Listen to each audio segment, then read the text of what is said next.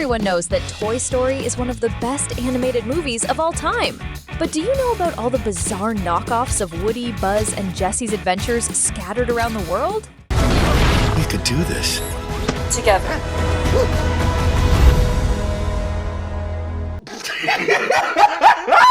Toys and Pets. Without a doubt, the most well-known animated movie to imitate Toy Story is a Chinese animation called Toys and Pets, made in China. Released in 2017, the story focuses on tea pets, which is what the ceramic sculptures used to decorate tea houses are called.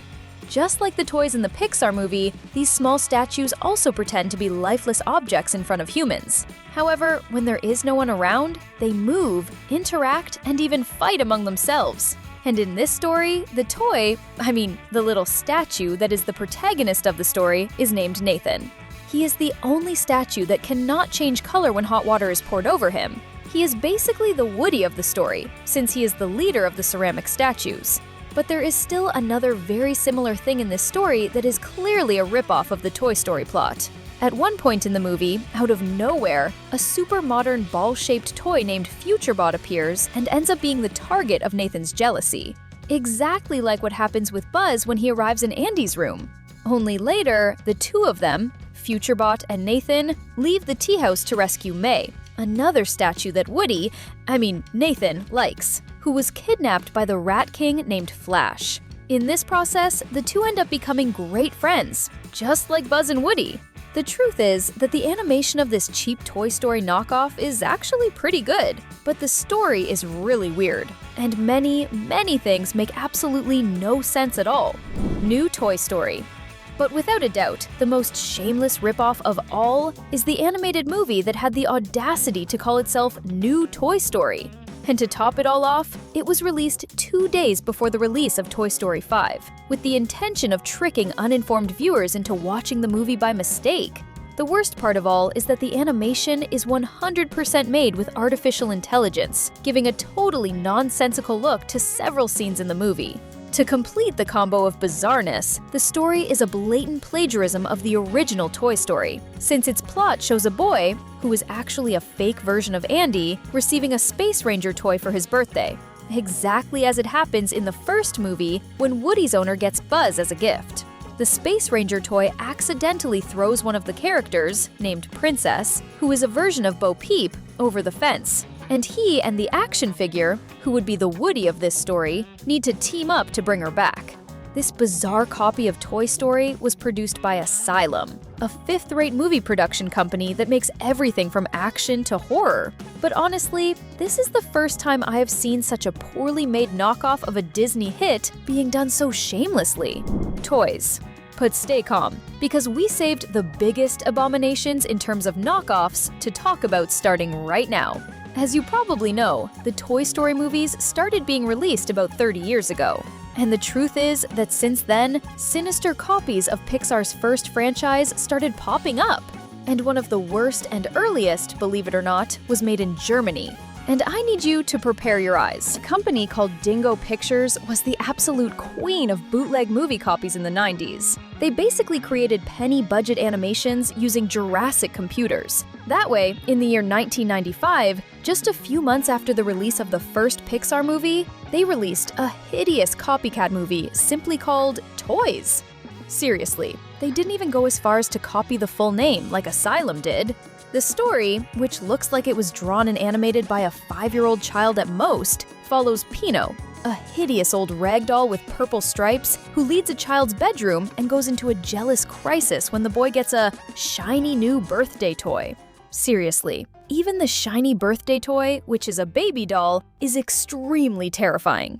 Yes, they copied the Toy Story script line by line. The difference is that the animation looks like it was drawn in MS Paint, and the voice acting, well, it sounds like it was done by the producer's family on a Sunday afternoon.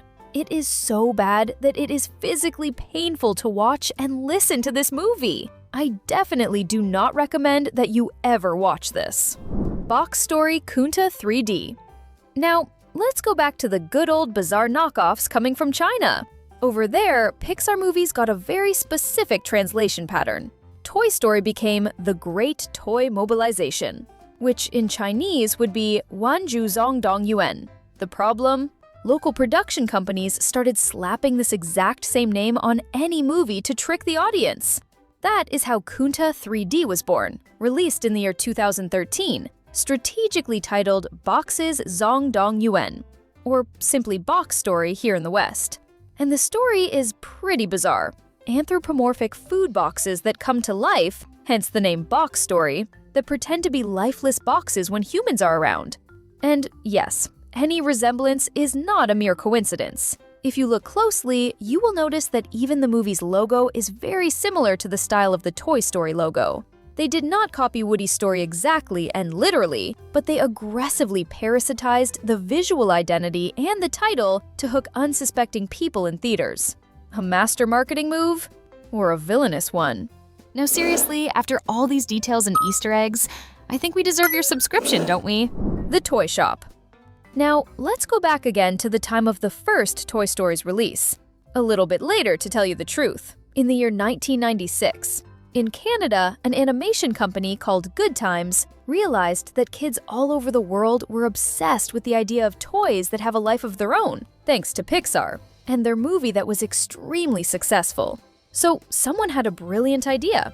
Why don't we make our very own version of a world where toys come to life?